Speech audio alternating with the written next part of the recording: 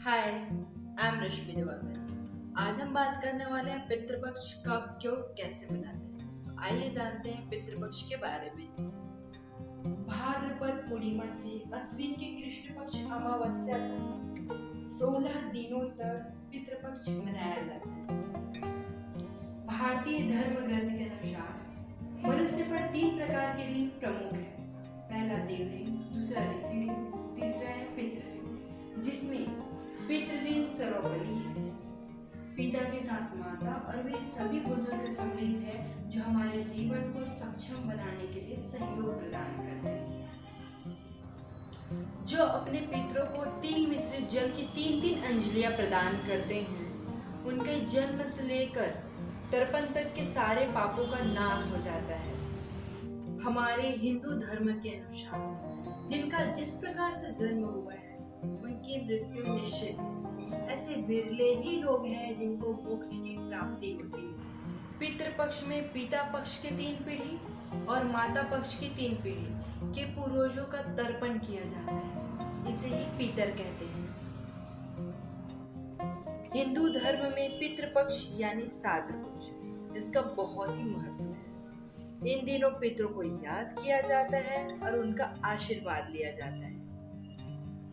बहुत ही कम लोगों को पता होगा कि दुनिया में सबसे पहले श्राद्ध किसने किया था। किसने किया था? महाभारत काल में श्राद्ध के बारे में पता चलता है, जिसमें भीष्म पितामह ने युधिष्ठिर को श्राद्ध के बारे में बताया था। साथ ही यह भी बताया था कि श्राद्ध की परंपरा कैसे शुरू हुई और वह जनमानस तक कैसे प्रारंभ हुई। महाभारत के अनुसार सबसे पहले महातपस्वी अत्रि ने महर्षि नीमि को श्राद्ध के बारे में उपदेश दिया था। महर्षि को देखकर अन्य ऋषि मुनियों ने पितरों को अन्न देने लग गए। लगातार उन्हें श्राद्ध का भोजन मिलने की वजह से पितर और देवता पूर्ण तृप्त हो गए। लगातार श्राद्ध का भोजन करने से देवताओं और पितरों को अजीर्ण रोग हो गया।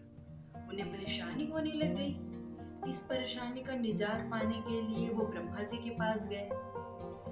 ब्रह्मा जी ने उनके कष्टों को सुना। फिर उन्होंने कहा कि आपके इस परेशानी का हल सिर्फ अग्निदेव ही कर सकते हैं। आपकी कल्याण सिर्फ अग्निदेव ही कर सकते हैं।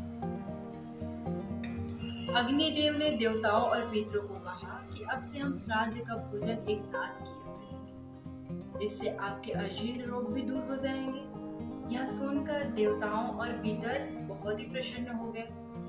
तब से सबसे पहले अग्निदेव को ही श्राद्ध दिया जाता है, उसके बाद ही देवता और पितर खाते हैं, मतलब उनको दिया जाता है। शास्त्रों में इस बात का उल्लेख मिलता है कि हवन में पितरों को पिंडदान करने से ब्रह्म राक्षस भी दूषित नहीं कर सकते। इसलिए श्राद्ध में अग्निदेव को देखकर राक्षस भी वहां से चले जाते हैं। अग्निदेव हर चीज को पवित्र कर देती है। पवित्र खाना मिलने से देवता और पितर प्रसन्न हो जाते हैं। इसमें लोग चावल, गाय की दूध, घी, गुड़, शहद मिलाकर पिंडों को, पितरों को अर्पित किया जाता है। साथ ही काली तिल, जौ, कुशा, सफेद फूल मिलाकर अर्पित किया जाता है। मान्यता है कि पिता का श्राद्ध अष्टमी को और माता का श्राद्ध नवमी को किया जाना चाहिए। और अगर किसी की अकाल मृत्यु हो जाती है तो चतुर्दशी को श्राद्ध करना अच्छा माना गया है। वही साधुओं और सन्यासियों का श्राद्ध द्वादशी के दिन किया जाना चाहिए। इन दिनों कौओं को भोजन कराना अत्यंत ही शुभ माना गया है। माना जाता है कि इस टाइम पितरों के रूप में कौआ ही हमारे पितरों में विद्यमान है। इसके पीछे भी एक पौराणिक कथा जुड़ी है। आइए जानते हैं क्या है वो कारण। इंद्र के पुत्र जयंत ने ही सर्वप्रथम कौवे का रूप धारण किया था। यह कथा त्रेता युग की है, जब भगवान विष्णु श्री राम जी के अवतार लिए।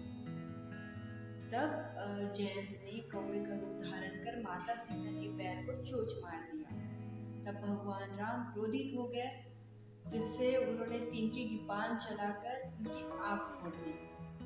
जब उसने अपने किए की माफी मांगी, तब भगवान राम राम ने उन्हें वरदान दिया कि तुम्हें अर्पित किया हुआ भोजन पितरों को मिलेगा। तब से श्राद्ध में कौओं को भोजन कराने की परंपरा चली आ रही है। तो कैसी लगी दोस्तों आपको यह जानकारी? प्लीज़ अगर अच्छी लगी होगी तो लाइक, सब्सक्राइब और शेयर ज़रूर करना। Okay, bye bye, take care. और एक बार बेल आइकन जरूर प्रेस करना। मैं क्यों हूँ जहाँ